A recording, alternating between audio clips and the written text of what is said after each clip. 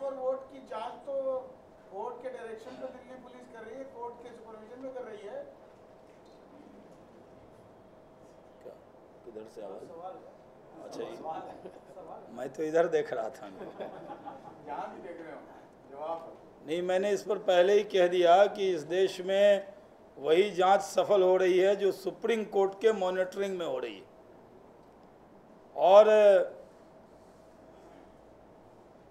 हम सब जानते हैं कि इस जांच पर पूरे देश की जनता मॉनिटर कर रही है।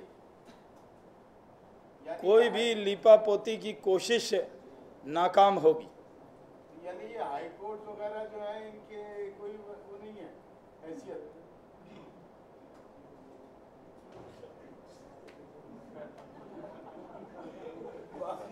सुप्रीम कोर्ट की है। सनवा जी, एक सवाल है। सनवा जी, सर आपने कहा कि देश के लोग बर्दाश्त नहीं करेंगे कैश फॉर वोट मामले में की जांच। 2008 की घटना है, 2009 में वो जो चुनाव हुए थे आप यहीं पर हैं। 2014 के लिए आप बोल रहे हैं क्या? आपने कहा कि देश के लोग बर्दाश्त नहीं करेंगे, लोग बर्दाश्त कर रहे हैं 2009 में।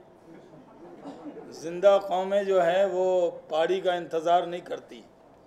और इस बात का ध्यान रखना चाहिए कि बहुत बहुमत से भी दुनिया में चल रही सरकारों के ख़िलाफ़ लोग सड़क पर उतरे।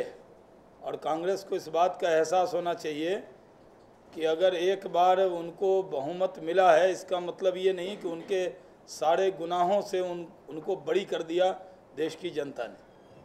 सनवा जी, गृह मंत्रालय ने खेल को भारत रत्न कैटेगरी में लाने के लिए मंजूरी दे दी है और उसको प्राइम मिनिस्टर कार्यालय को उसने फॉरवर्ड कर दिया है। इससे सचिन तेंदुलकर को भारत रत्न मिलने का रास्ता साफ रहेगा। आप इस पर क्या कहेंगे? देखिए, सचिन तेंदुलकर देश के महान खिलाड़ी हैं। देश के लोग उनसे बहुत उम्मीद करते हैं। जो भी देश के लिए महत्वपूर्ण व्यक्ति हो उसके लिए एक कमेटी है जो भारत रत्न तय करती है। ये स्वागत का विषय है कि खिलाड़ी में भी अगर कोई व्यक्ति इस लायक हो कि उसको भारत रत्न मिलना चाहिए तो वो उस कैटेगरी से बाहर रखने का उसको अधिकार किसी को नहीं। तो अगर अभी तो खेल मंत्रालय से चिट्ठी गई है गृह मंत्रालय के पास, और गृह मंत्रालय से चिट्ठी अब गई है प्रधानमंत्री के पास, इसमें ही इन्होंने बहुत समय बर्बाद किया है। और हमें लगता है कि देश में जो भारत के रत्न हैं वो किसी भी क्षेत्र में हो सकते हैं। उस पर जो कमेटी है वो विचार करती है। ऐसे देश में बहुत से लोग हैं जिनको देश की जनता भारत का रत्न मानती है, लेकिन सरकार उसको कब भारत रत्न देती है ये वो कमेटी तय करती। लेकिन अच्छा कदम है कि उन्होंने देर से,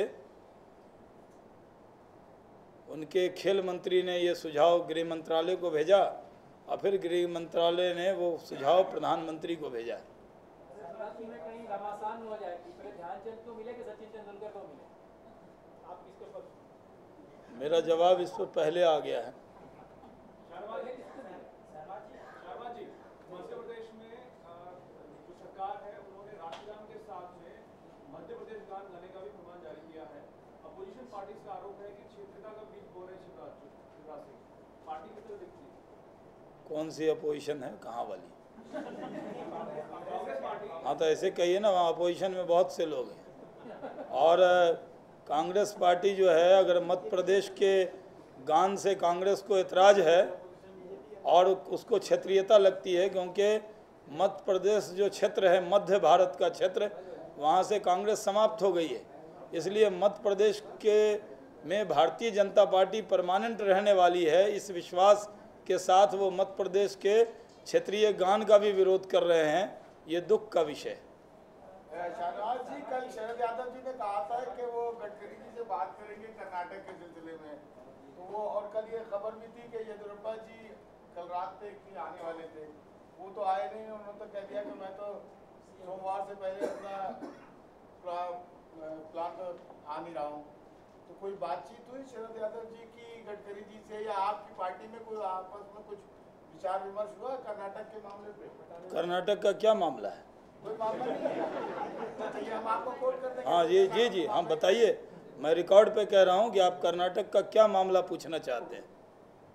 संतोष हेगड़े का जो वो है रिपोर्ट और रिपोर्ट कौन सी है, क्या उसकी कॉपी आपके पास है?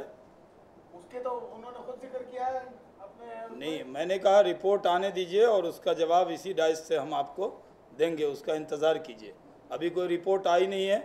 कयास पर आधारित सवालों का जवाब भारतीय जनता पार्टी नहीं देती है। संतोष हेगड़े थोड़ी साथ लगा रहे हैं। Thank you.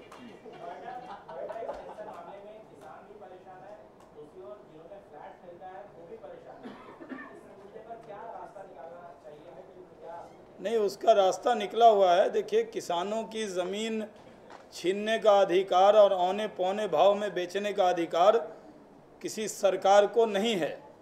और भारतीय जनता पार्टी शुरू से कहती रही है कि किसान के नाम पर कांग्रेस के लोग सियासत तो कर रहे हैं, लेकिन किसानों के बारे में उनके एलाइज के दबाव में पिछले सत्र में ही जो लैंड एक्विजिशन एक्ट आना था वो नहीं आया। इस बार बिना दबाव के पहले सहयोगियों का हित देखने से पहले कांग्रेस को किसानों का हित देखना चाहिए, ये हमारी सलाह उनको है। ये आप एक्वायर्ड लैंड बिहार में भी लौटाएंगे? आप तो सलाह दे रहे हैं सबको। स्वराज एक सेकंड प्लीज। नहीं, देखिए, जिन लोगों ने फ्लैट ख़रीदा है उसका कोई न कोई हल निकालना चाहिए उत्तर प्रदेश की सरकार को भी। और वो भी मध्यम वर्गीय परिवार के लोग हैं जिन्होंने अपने पूरे जीवन की कमाई एक जगह इकट्ठा करके वहाँ फ्लैट के लिए लगाई, तो उसका भी एक हल निकालना चाहिए वहाँ की सरकार को। शाहनवाज जी, आप कह रहे हैं कि सरकार आपका को सवाल। कोई अधिकार नहीं है लैंड एक्वायर करके इस तरीके से आवंटन। पूछिए, क्या सवाल है आपका? तो ये बिहार के लिए भी सच है या सिर्फ यूपी के लिए? आपका सवाल क्या है? सुधार के 20 साल पूरे हो रहे हैं, लगता है कि देश में सुधार हुआ आर्थिक क्षेत्र में या सिर्फ सॉरी सुधार हुआ? आर्थिक सुधार के नाम पर विदेशी कंपनियों को भारत के लोगों पर थोपना चाहती है कांग्रेस, और आर्थिक सुधार के नाम पर लोगों का रोजगार छीनना चाहती है ये कांग्रेस की सरकार। और आर्थिक सुधार का मतलब है जनता को मदद करना, न कि जनता पर बोझ बढ़ाना। आर्थिक सुधार होना चाहिए, लेकिन वो भारत की जनता के लिए होना चाहिए, न कि आर्थिक सुधार के नाम पर विदेशी कंपनियों को मालामाल करने के लिए आर्थिक सुधार नहीं होना चाहिए। 20 साल पहले से शुरुआत की, जी वही 20 साल हो गए, क्या लगता है कुछ हासिल हुआ है देश को? नहीं, जो एनडीए के कार्यकाल में उस आर्थिक सुधार को हम लोगों ने सही तरीके से उसका सदुपयोग किया था, और आर्थिक सुधार का दुरुपयोग कर रही है यूपीए की सरकार। इस वजह से आर्थिक सुधार के नाम से ही आज जनता के अंदर गुस्सा पैदा होता है। मानसून सत्र में कम्युनल वायलेंस बिल आ रहा है, बीजेपी से विरोध किस लिए करें? हम कम्युनल वायलेंस के खिलाफ हैं और देश में अमन अमान है, शांति है। दो संप्रदाय आज देश में सब संप्रदाय के लोग मिलकर रह रहे हैं। अगर ये कुछ लोगों को अच्छा नहीं लग रहा है तो संप्रदायों के बीच में अच्छे रिश्ते बनाने में भारतीय जनता पार्टी यकीन रखती है। भागलपुर ना हो।